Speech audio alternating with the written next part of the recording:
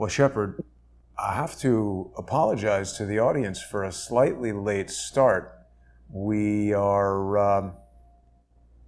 just got a strike moments before going on with you, and it's unclear. I believe this is not going to be going out on the Jason Goodman YouTube channel. How are you this morning, or this afternoon, I should say, Shepard? Good to see you. Oh, good to see you, man. As good as I can be, with everything that's going on in the world. And yeah, I've been having trouble with YouTube. I've been having trouble with technical issues. It seems like the internet's going up and down everywhere. I've been getting stories all over, from all of our listeners and readers, and it's just wild what's going on right now. But I feel like I'm under attack more than ever. Jason, I mean, they even sent a targeting team literally to where I was the other day. What do you mean? I guess last week now, and they were threatening me and people I was with. I don't really want to get into it, but I'm telling you, it really happened, and they must be getting desperate. Yeah, I mean, I'm monitoring the Jason Goodman YouTube channel right here, and it's telling me that there's a strike and the content has been removed. Now, people who watch the show regularly, we won't even talk about what that content is right now, because it's possible that the mere mention, this live stream is not going right now on the Jason Goodman channel. But luckily, Shepard, I've put into place a number of redundant systems that allow people to access the show, specifically when things like this happen. And curiously, these redundant systems provide me with clues as to how this could have occurred. This was not an automatic removal by YouTube. We know that YouTube has algorithms that identify certain things, and there are instances where content should be removed. People should not be allowed to post false, defamatory statements that target other people. It's interesting, however, that when social engineers and various malicious individuals around the internet have done that with just totally false statements about me, targeting me, attempting to smear me and destroy this company, my business, my personal life, YouTube doesn't do anything about that. But I think some of those same people have alerted YouTube to a particular piece of content and misrepresented certain things about it in an effort to get it taken down. I want to direct viewers who are seeing us right now to subscribestar.com/crowdsourcethetruth or patreon.com/crowdsourcethetruth, where I've got multiple redundant elements in place that allow people to watch this live stream right now as it's happening. I also want to make sure, Shepard, that our viewers know that they can get content from you daily by going to your fantastic website, Intellihub.com. People can get there. You just type in Intellihub.com, and you've got a lot of great stories on there. What have you prepared for us today, Shepard? Well, Jason, this is getting out of control. My investigation, as some of the listeners know, has taken many twists.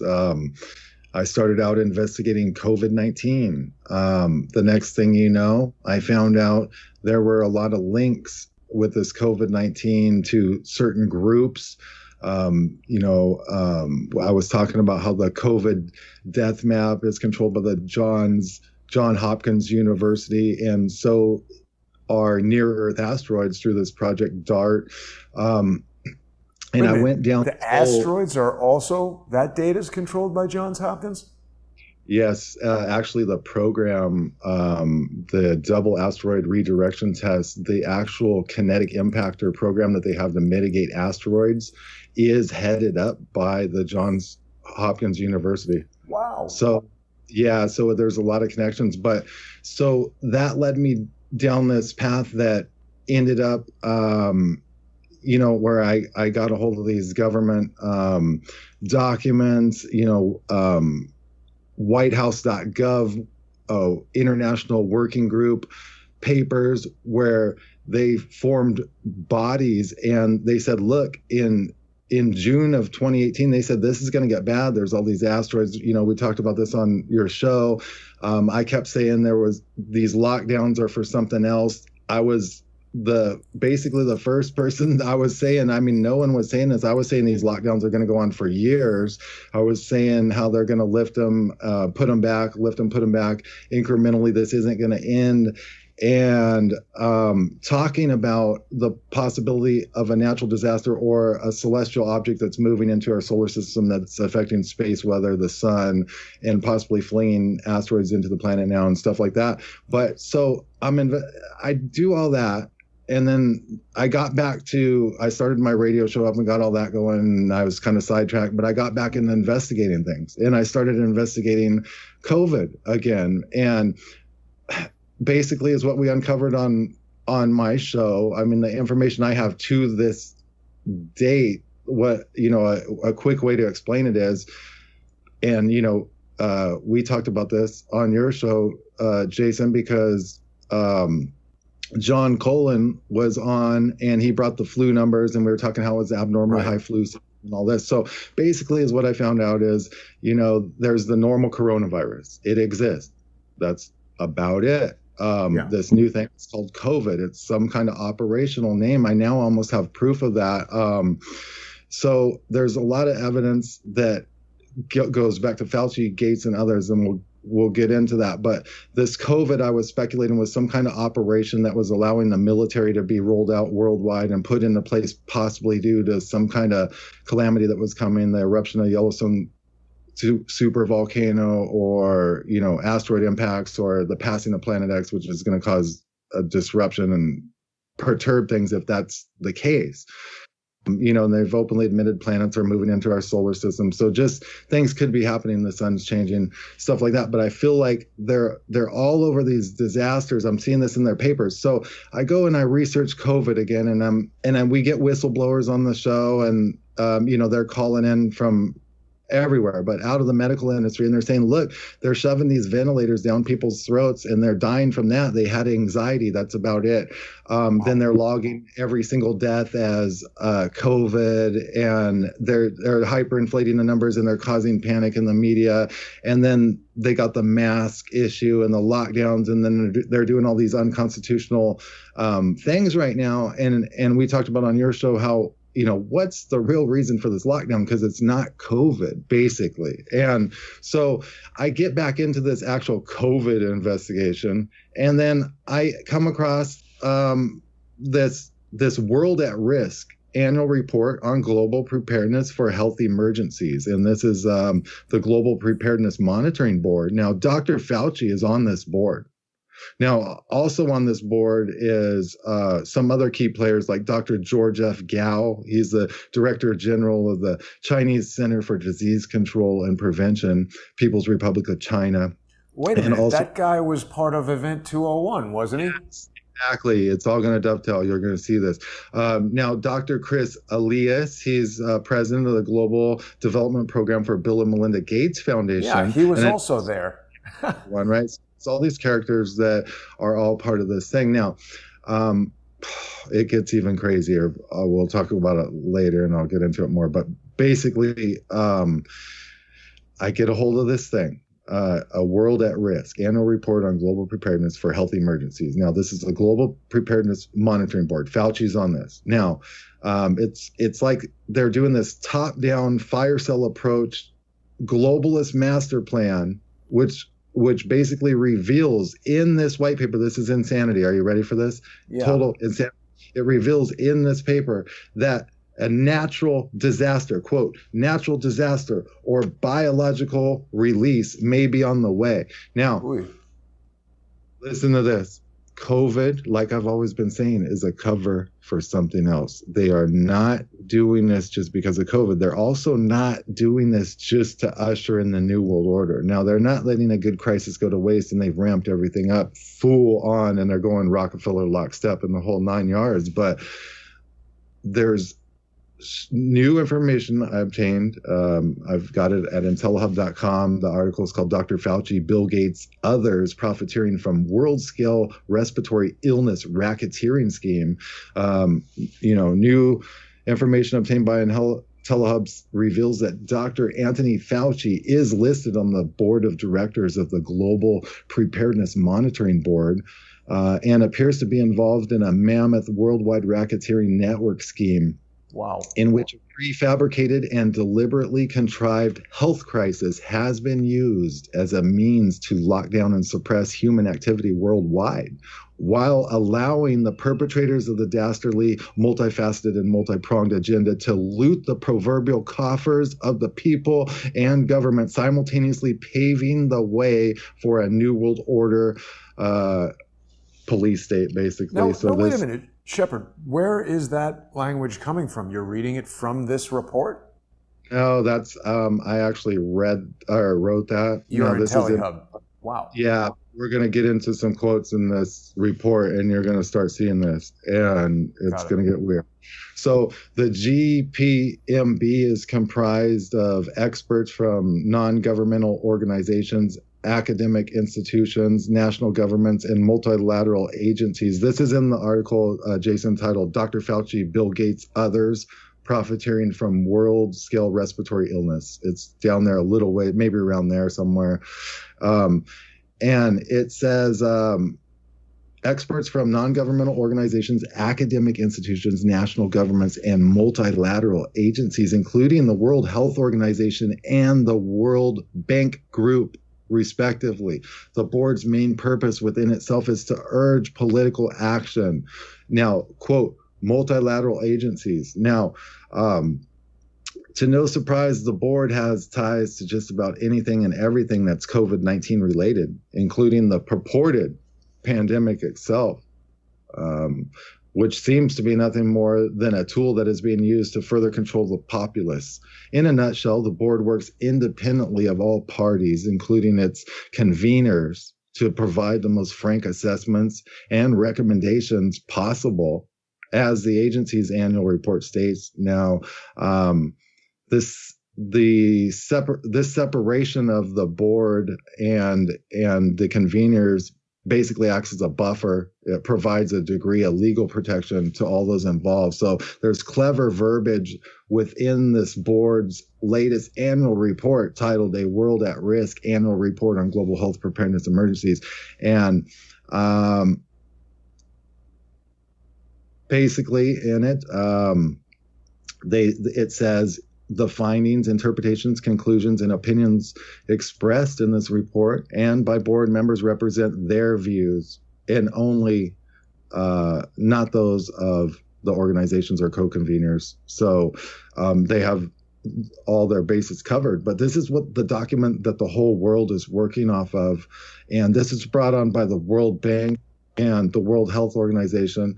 And the goals of the board are to assess the world's ability to protect itself from health emergencies, identify critical gaps to preparedness across multiple perspectives, and also advocate for preparedness activities with national and international leaders and decision makers. Now, the first annual report literally serves as a roadmap. This is a 5-year roadmap to its stakeholders and identifies 7 potential threats that conspirators claim world leaders must implement to prepare for pressing threats, including natural disasters. Now, this is what's crazy because this is like an actual quote. They're talking about stakeholders.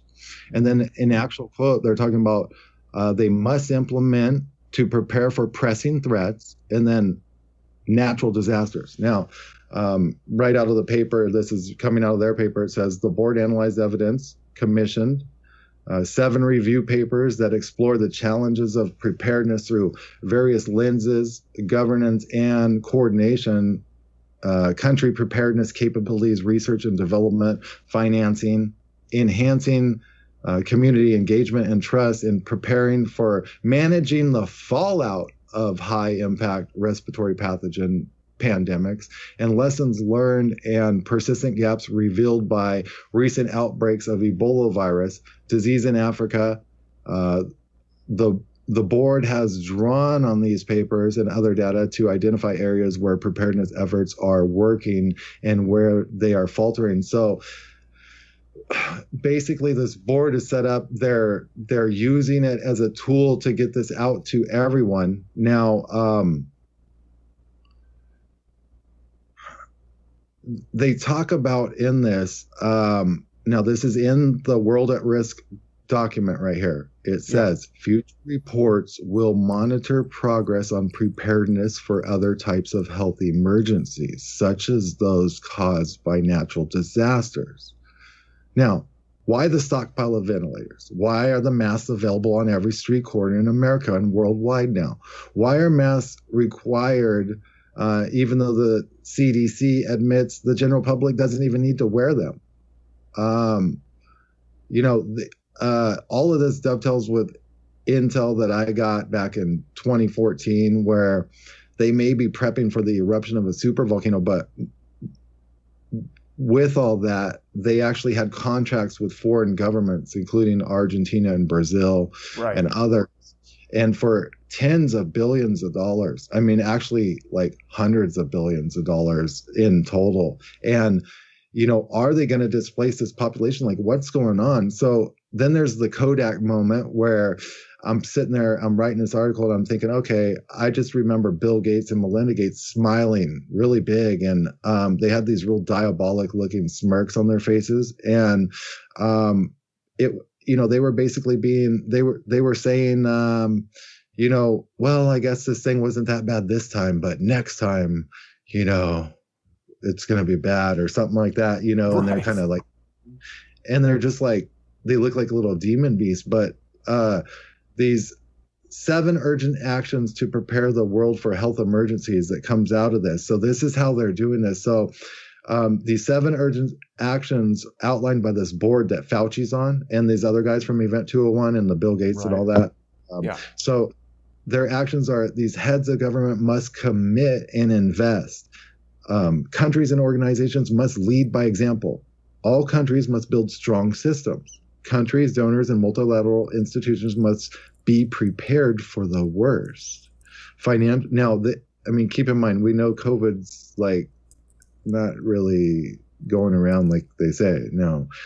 Financial institutions must link preparedness with financial risk planning. Development assistance funders must create incentives and increase funding for preparedness. The United Nations must strengthen coordination mechanisms. So the architects of this scheme, they're all using this top-down approach. In fact, the plan demands that the G7, the G20, and the G77 member states and regional intergovernmental organizations must follow through on their political and funding commitments. And so they're inserting their own players throughout society at the highest levels, people like Dr. Anthony Fauci, Bill Gates, and others, and they're getting them into all these places and all these governments, and this is how they're doing it. And they're using this COVID thing as a thing. So in this paper, what I gathered out of it is it's talking about, it calls on the IMF and the World Bank to urgently prepare to mitigate financial risk based on pandemic fallout. Now, they're going ahead and they're planning all this stuff, but what it really looks like this whole thing is about is they invented this 201. They got this thing going. They're claiming this COVID's going around when it's probably just a normal coronavirus or something of that nature. And the testing, we all know, is real weird and all this stuff. So the tests are actually, this is admitted by the CDC, they're just testing for coronavirus antibodies and common cold antibodies, openly admitted by the CDC now. And so basically, if you've ever had the cold or common coronavirus, you're going to test positive. That's that. We've also heard, Shep, from Dr. Judy Mikovits, that coronaviruses, as you're pointing out, it's a common virus and it's even a component of flu vaccines. So people who have received these flu vaccines are very likely to test positive for coronavirus. What they're not telling us about these tests that's really kind of obvious to many people is that you say, okay, you've got the virus, but is it making you sick? Are these cases? They don't really have the virus per se. So like if they have a coronavirus and they go and get tested, it's going to show that they have COVID. If they have a cold, if they've taken a flu vaccine, which has attenuated coronavirus in it and stuff like that, then they're going to test out. And there's also tests giving false positives and all this stuff. But basically, if you've been sick before, these tests are going to tell you you have this COVID. I mean, that's basically like the gist of it. And then they're getting all this money for it. Now, this is just getting wilder and wilder. So I've now interviewed whistleblowers out of the medical industry who have came out and they said they're manipulating the medical records and all this stuff, and they're listing people as COVID positive, and it goes on, and it's this big racketeering scheme. But it's not just about this racketeering scheme. They're literally mixing natural disasters in their paperwork, and they're basically saying, like, look, this is what I gathered out of it. It doesn't like come out and say this, but it basically says, look, we designed COVID because we know something else is coming, and we got to get the whole world ready for it. When you say they know something else is coming, how do they know unless they've created it and they're planning to release it? Okay, so when I'm talking about something else that's coming, it could be several things. Now, right away, people's minds might go to like a release of a Biden or something like that, which they did talk about and all that. Now, I don't believe that. I have enough information to think that it's a natural disaster that's coming. So how would they know? Now, remember when I went on your show and we talked about Planet X and we talked about the IRAS telescope and astronomers back in the 1700s, and they all knew this thing was perturbing, and then they sent up the IRAS and then they found it. They got confirmation. They admitted in 1982, 84 in the New York Times. Then they built Rex 84, the concentration camps. Then they were implementing FEMA. FEMA's never been activated like it has recently. Most recently, like we talked about on your show, it was basically only set up for such a disaster. Like, so while people think FEMA was set up for all these natural disasters and it's been working and and whatever, and they send people to these domes and all this stuff during hurricanes, great. It was actually implemented because they knew what was coming. They knew this perturber was moving into the solar system. I mean, they've openly admitted. What's a perturber? How do they know? Okay, so when you have a planetary body or a binary component to our sun, like another failed sun, a brown dwarf star system moving in, or a massive planet, possibly 5 times the size of Jupiter, possibly up to 300 times the size of Jupiter, it's pulling and tugging on everything. It's also affecting space weather. And this is perturbing. Now, space weather can affect health. Solar storms and stuff like that? Yeah, all of that can affect our health. All of that also dovetails with these comets coming in, and how when comets come around, it's scientifically proven that they cause disease, famine, and everything. They found all sorts of viruses in our atmosphere right now. They're very worried about this disease from space. But in my opinion, my investigation's just gone way beyond this. I'm not really looking into any of that. Now, what I'm looking into is whatever is coming, they know is so bad, and they know when it's coming, and they know about when it's coming, that they're gauging the breakdown of society. They're locking down the entire world's population. It has nothing to do with America, although America is going to get the biggest hit. How do I know that? I don't know. They know that. And that's in their paperwork, and I'll show you. There's government-linked intel agency, this Deagle report. They forecast 2/3 of the U.S. population will suddenly die off by 2025. The highly rated government-linked intel agency Deagle has updated its latest annual report, which now forecasts that over 2/3 of the United States populace will not be living by 2025. That's right. They won't be living. They'll actually be either dead or displaced, which, if true, would be a reduction of 227 million people from the current count, which includes a total of 327 million U.S. inhabitants. The question is, what type of imminent event or natural disaster does the agency's think tank know is coming?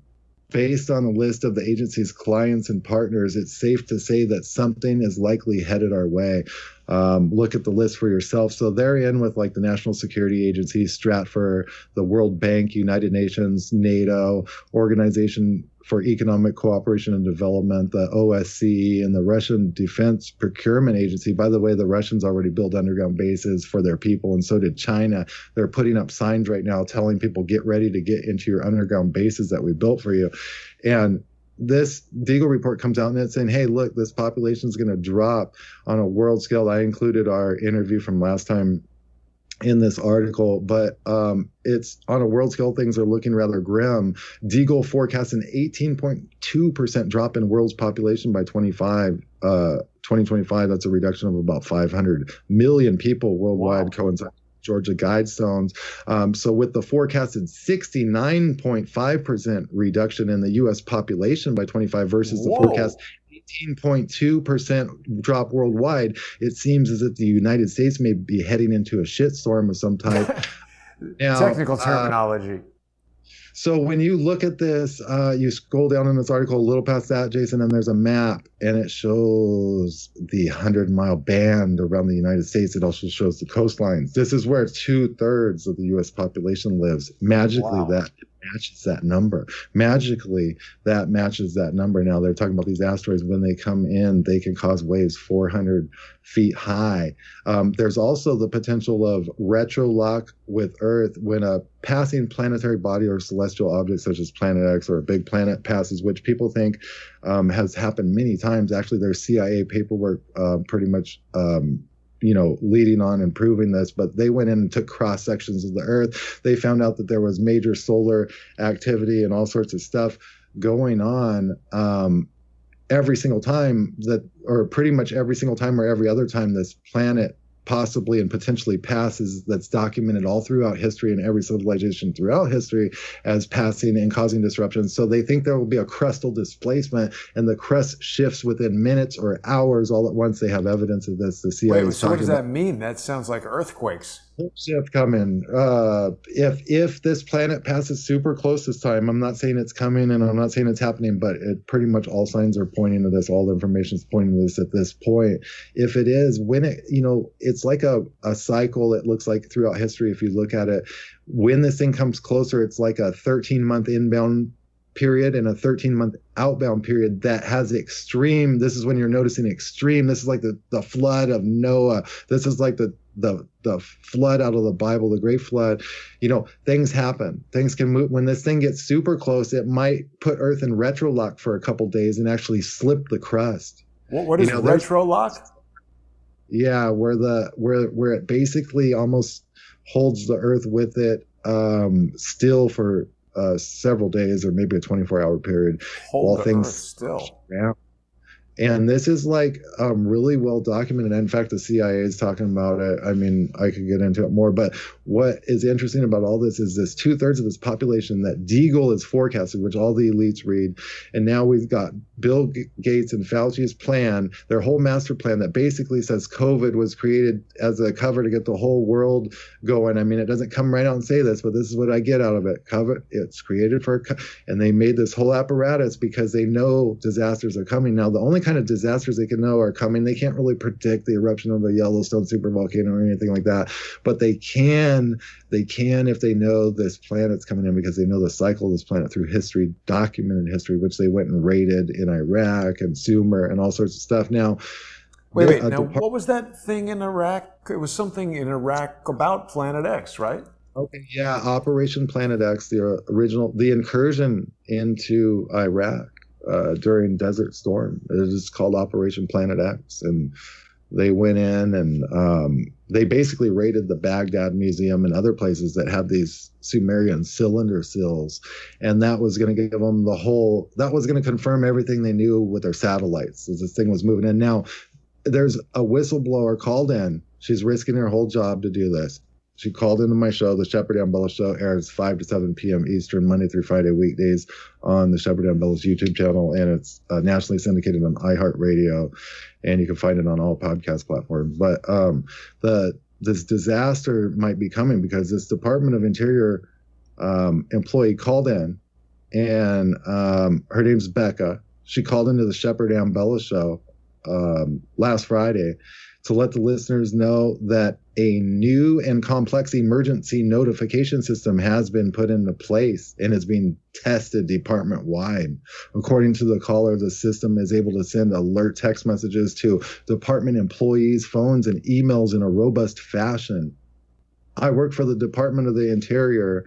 This is a quote. I work for the Department of the Interior, and this Tuesday, I guess we changed to a new emergency notification system, and it's literally called the Department of Interior Emergency Notification System. And quote unquote, we have changed from one system to another, and 3 weeks ago. And so this is the second group of trials of exercises of the emergency system that has gone out.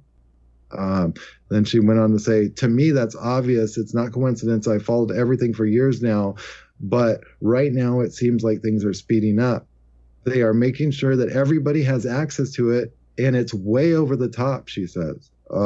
She says, I've never seen this before. She says, I've worked for the department for almost 11 years. And of course, we all have emergency systems when we have earthquakes, etc. So that's not something new, but this is a bureau-wide exercise.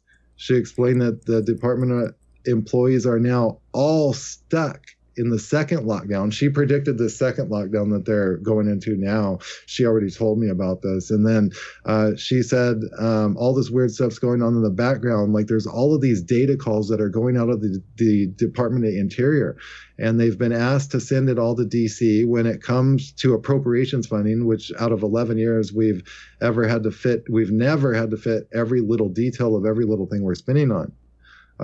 They have asked us to tell them in DC every single thing that we're doing. For example, if we're going to be doing a contract or managing a recreation area, DC wants to know about it if it's $30,000 versus typically DC would want to know if it's 30 million.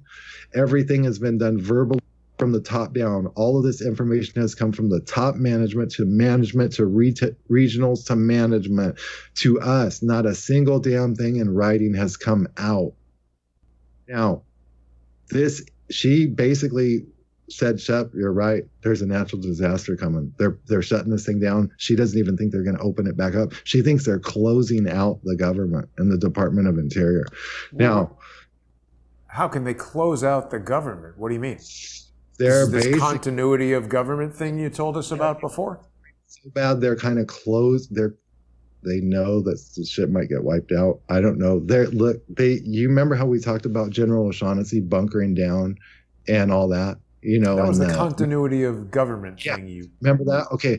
Now they're talking about they're going to replace O'Shaughnessy and they're going to replace the head of Space Command with one guy that, in my opinion, knows everything about what I'm talking about right now. He knows what's coming.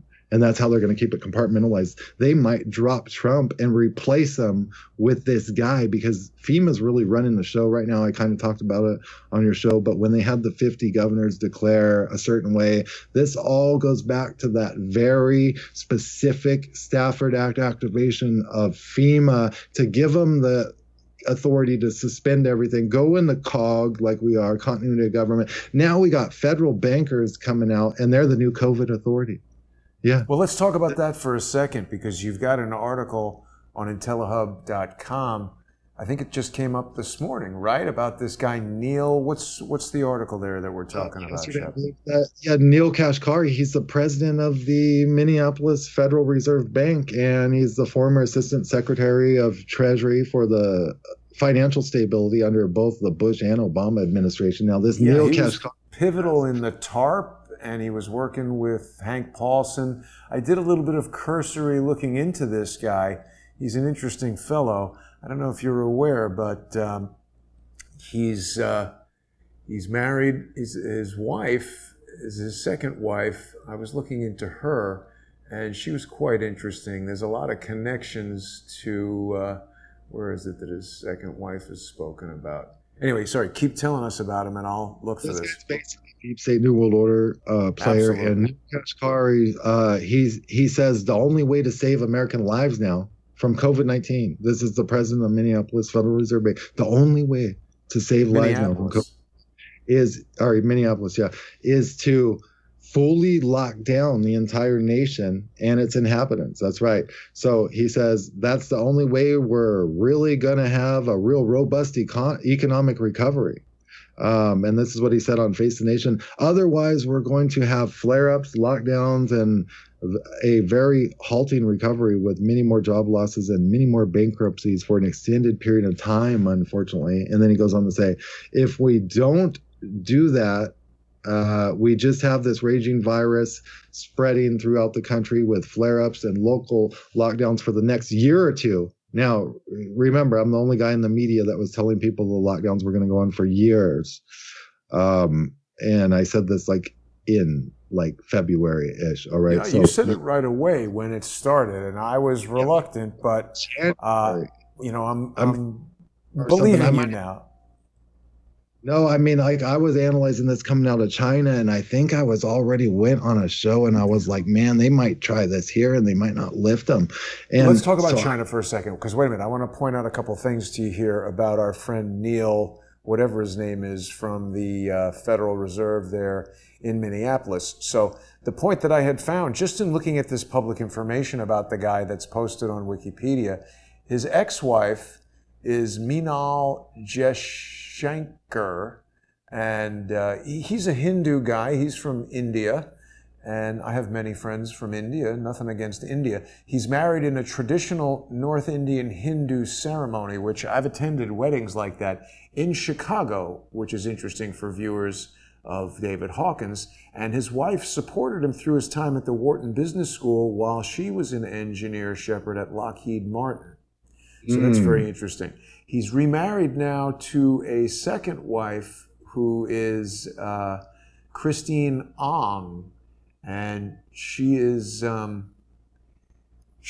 interesting person as well. She, I found out, was where are her connections here that I wanted to show you? I don't know if you've gone into any of this with this guy, but I found her on LinkedIn, I think.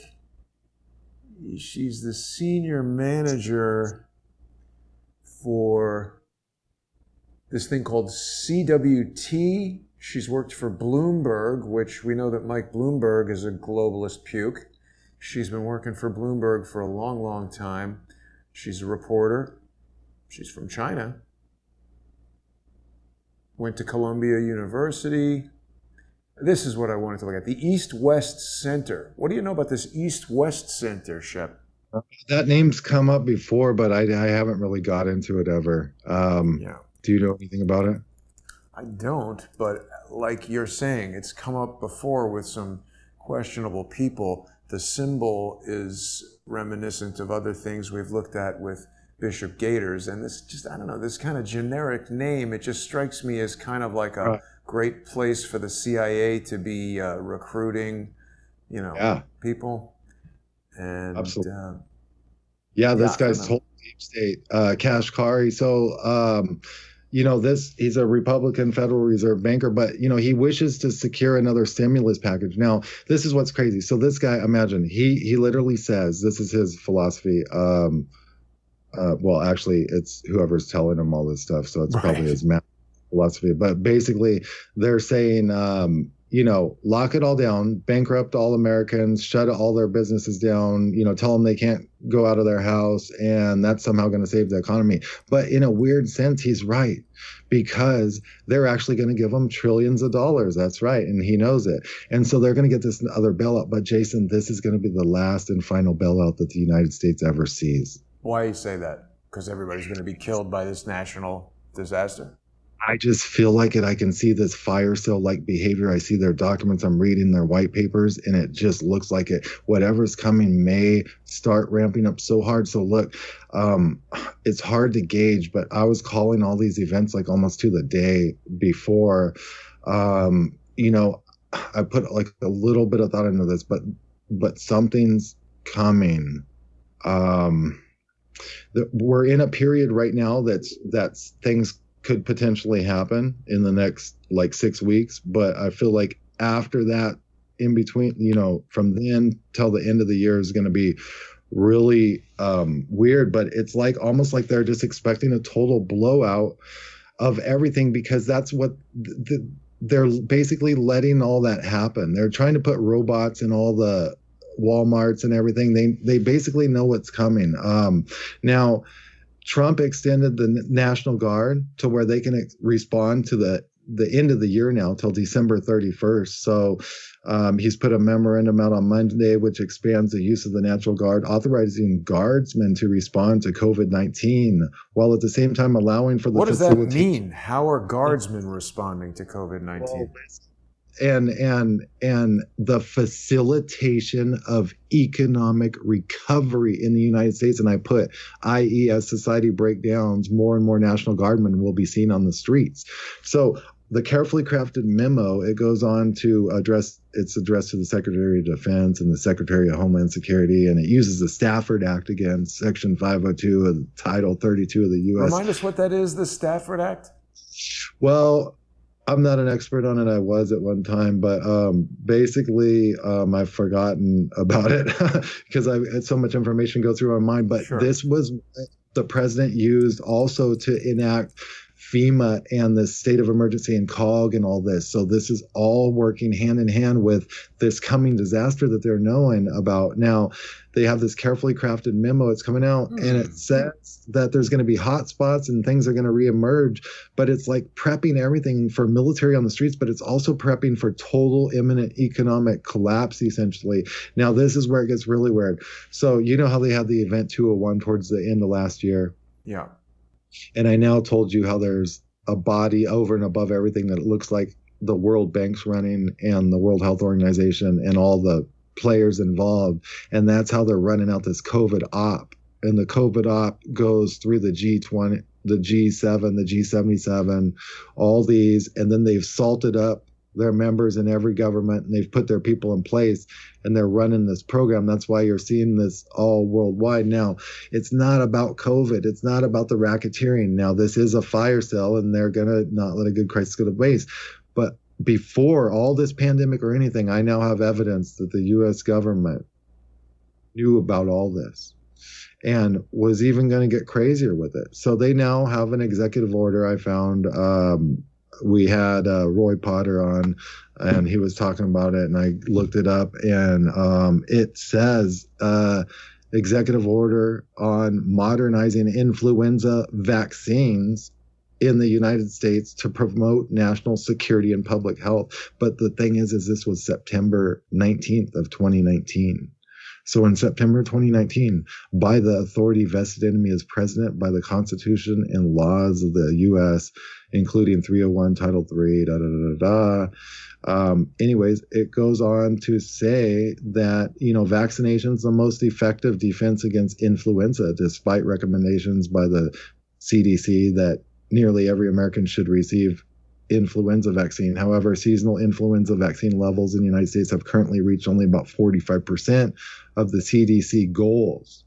All influenza vaccines presently in use have been developed for circulating or anticipated influenza viruses. These viruses must be reformulated from each influenza season because you know how that is. Vaccines. Yeah. Yeah. And then I don't buy any of this.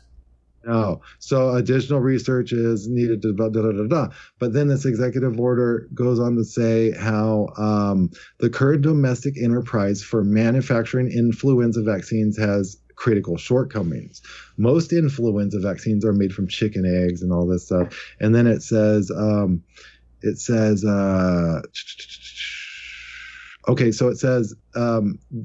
there are unsuitable for efficient and scalable continuous manufacturing platforms. So now it starts getting into like they got to scale up manufacturing. Yeah, but why is that? Don't we have a virtually unlimited supply of chicken eggs and chickens are constantly making more of them? Seems like a good way to grow. Yeah, and it says this seasonal influenza vaccine market rewards manufacturers that deliver vaccines in time for influenza season without consideration of the speed or scale of manufacturers' production process. This approach is insufficient to meet the response needs in the event of a pandemic. Now, this is before the pandemic. And it says, which can emerge rapidly and with little warning, magically. Because the market does not sufficiently reward speed and because a pandemic has the potential to overwhelm and compromise essential government functions. So now they're talking about it all of a sudden compromising government functions, like they just thought that through, including defense and homeland security. Whoa.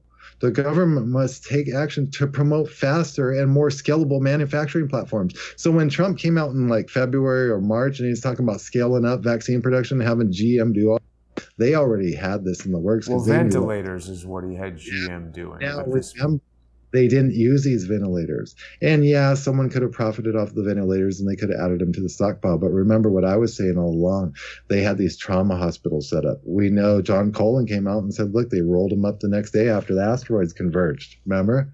Yeah. We're going into many different lockdown eras because there's many different convergences that are going to happen now. Now we're going into multiple convergences. Things can hit, they can mitigate them, they're locking down. You're going to see field hospitals start popping up again. I already saw some of them. Now, we're going to pull out the whole 9 yards. We must be entering a vulnerable phase. But this is all going to ramp up until it's just totally blown out. They will have everything on the streets. They're going to do full martial law. I mean, this is weird. Now, there's also the JPL Sentry system detected an asteroid impact risk on November 2nd. Now, this is like right before the elections, basically. And this is only a small asteroid, kind of, but it's an Apollo-class asteroid named 2018 VP1. I could have swore they named that Biden a long time ago, like a year ago.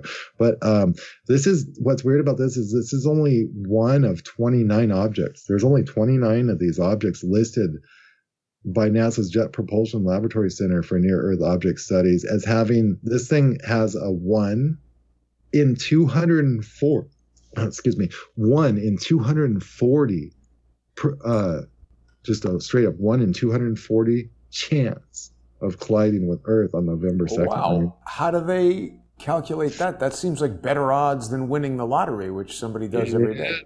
I was just thinking, so that's pretty good odds of winning the lottery on that day right before the or losing, depending on your point of view. Yeah, so scientists have warned that, if something like this hits in the ocean, it can cause like 400-mile waves. But look, this isn't like, one of these objects isn't the thing to worry about. And, I mean, it might be at one point, but I think that we're ramping up. We're going to see space. It's going to affect health. Space weather is going to affect health. Solar flares. It's going to affect communication. Things are going out. Things are happening. We're seeing grid failures. There's explosions. There's lightning's at an all-time high. Duration of lightning strikes at an all-time high. The Earth is dissipating and receiving more energy. Something is going on.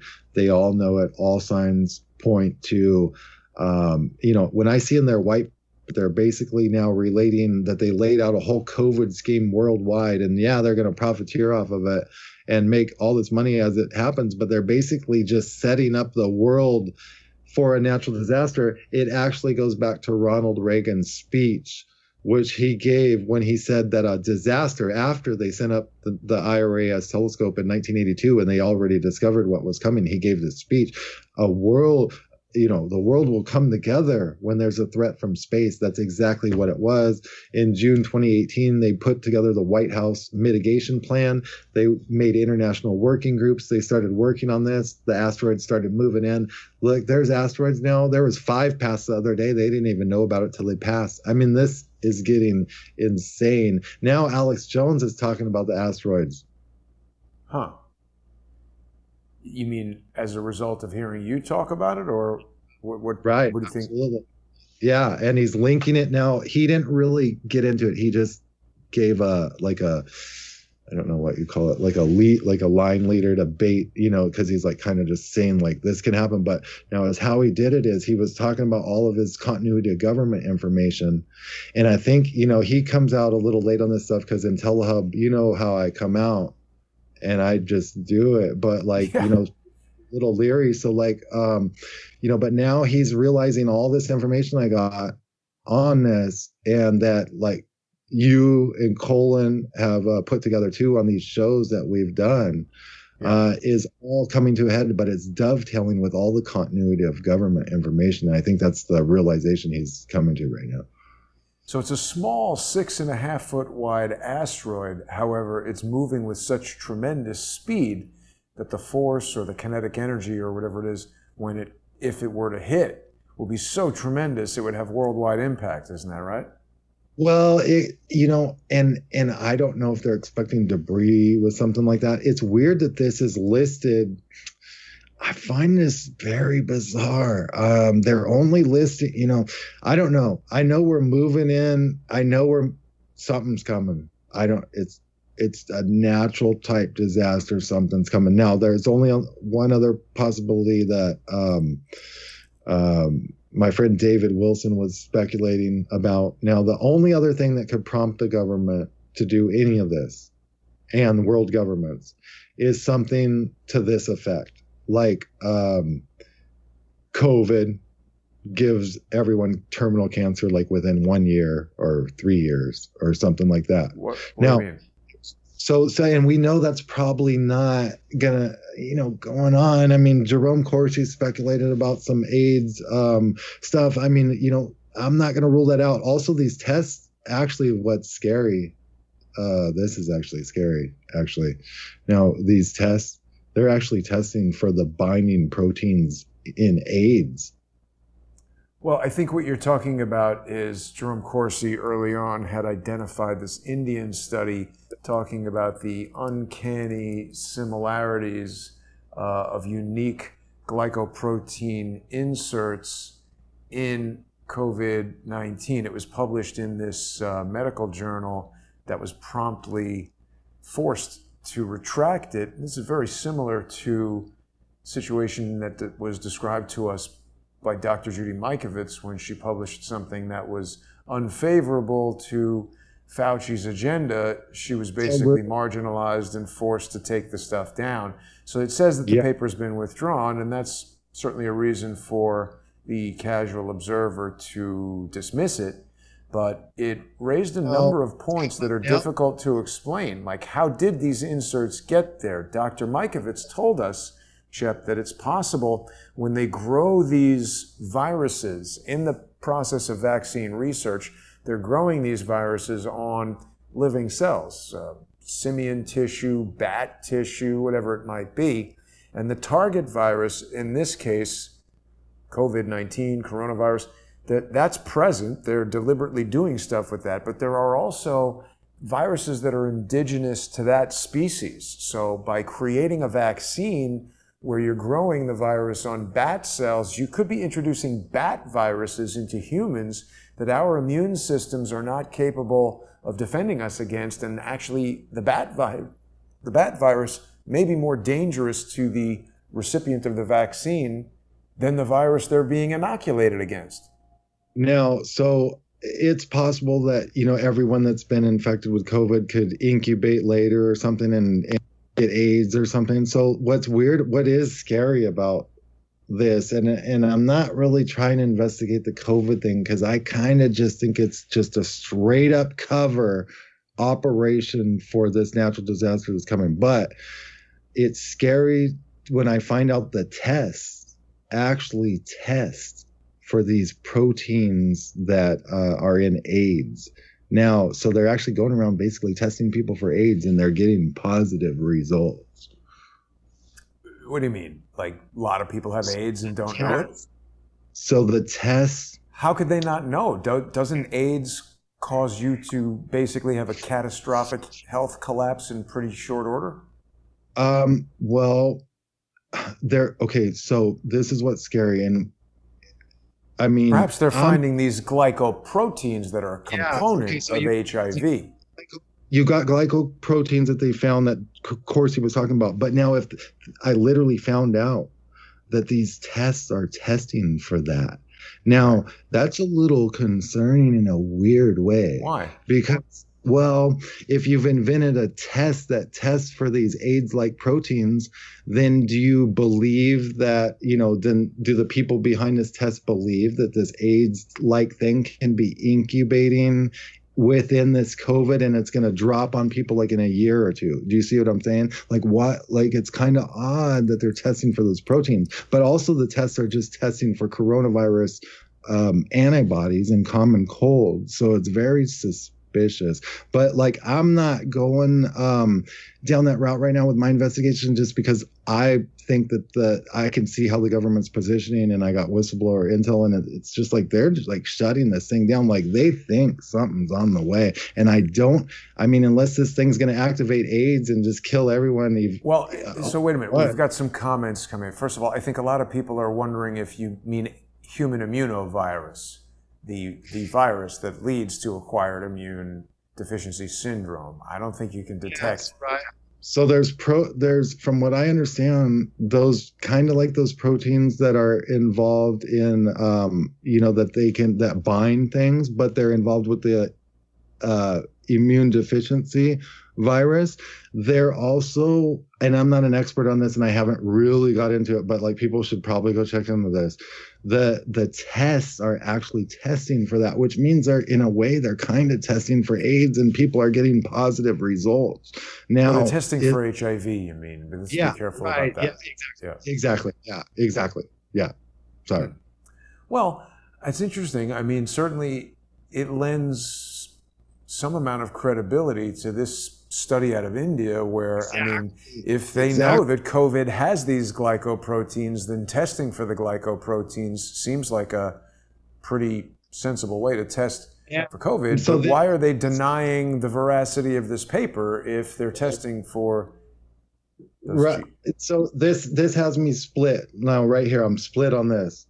Natural disaster, because I see it in their paperwork. They're literally talking about natural disaster, but they're also talking about a possible re-emergence of something like a bioweapon or something. Now, so is AIDS going to emerge in everyone that got COVID and just like all of a sudden wipe out 18% of the globe and 2/3 of America? Why would it pick America specifically? Or is there a natural disaster? We got 2/3 of the people on the coastlines in America. It's a vulnerable country compared to others. And 18, I don't know. Something's not, I see the verbiage is papers. They're using natural disaster now in COVID papers, and they're using the words like, coming bioweapon attack, stuff like accidental release. A couple more questions for you here. A lot of people are asking why you're wearing the sunglasses. Frankly, I think you look very cool today. I like the sunglasses. It's just the look for today. Right. And they're complaining that we shouldn't trust somebody in cheap sunglasses. Those look like nice sunglasses. Those could be Ray-Ban aviators and very expensive, and I trust you. Well, they don't have to trust me, but they're listening to the guy that called everything to the day, almost months in advance, and months in advance. You're listening to the only guy in the entire mainstream, the only guy out of all mainstream reporters and all alternative news reporters. You're listening to the only guy that told you these lockdowns were going to go on forever. I mean, months before even one guy said that. I think it's also important, Shepard, for people to not rely on this notion of looking at a person, whether it's you, me, whoever, and saying, oh, I trust this person or I don't trust that person. People should focus on the information, and even if it sounds difficult to believe, they should go and do the research. And if the research leads to evidence that supports what you're saying, it's irrelevant what they think about you. Here's another thing. It's just plain and simple. I am the most written journalist in the entire world on COVID, with over 350 written reports, and I have probably over 50 video reports on it.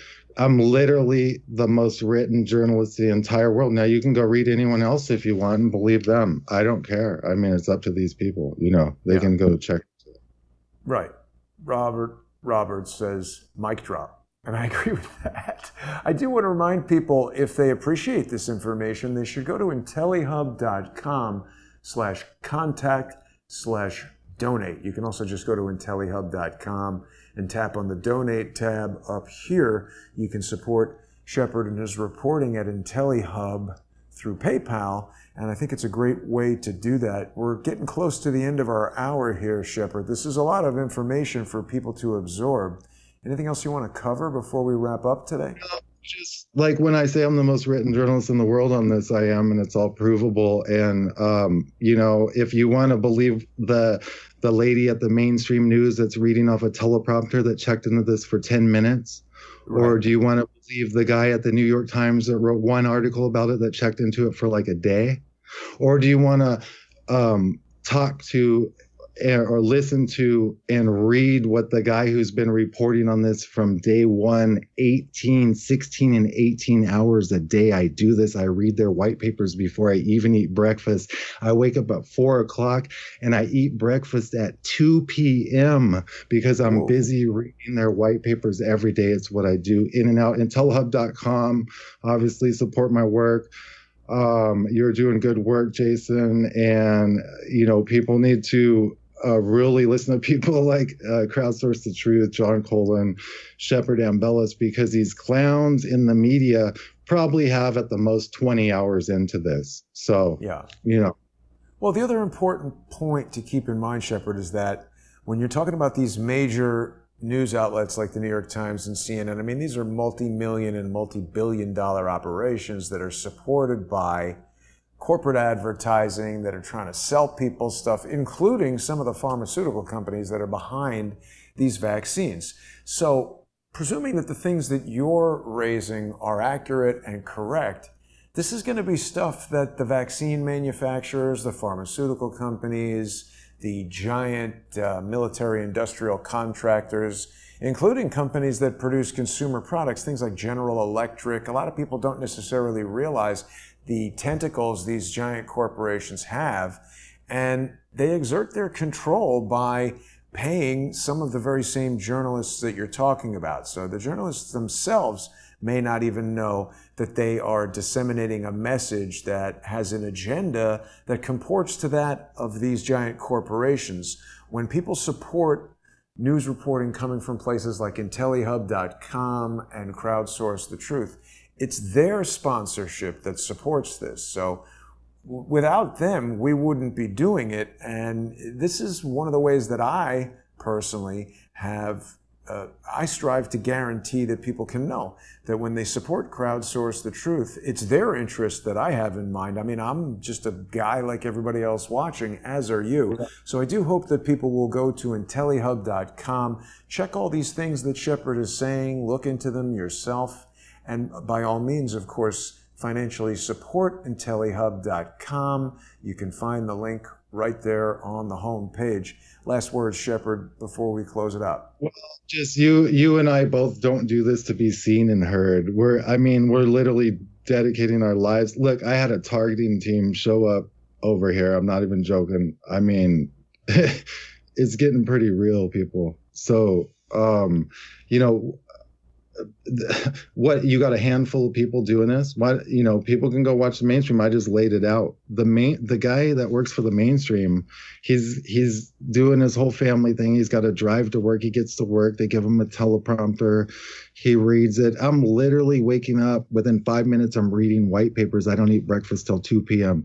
I do this until about 9 o'clock at night. And I get up and do it all over again. I'm writing, I got 3 reports out, 1 to 5 reports out a day by 11 o'clock. I mean, the average journalist in the mainstream, they're lucky to get a report done a day. Then I'm doing a full-on radio show. I'm doing other shows. I mean, it's like people like Jason Goodman, myself, and a handful of other people are really doing this. It's just, we're risking our lives for this, really. And like I said, we don't even do this to be seen or heard or anything. I'm just doing it because it's something I'm passionate about, because I'm not a slave.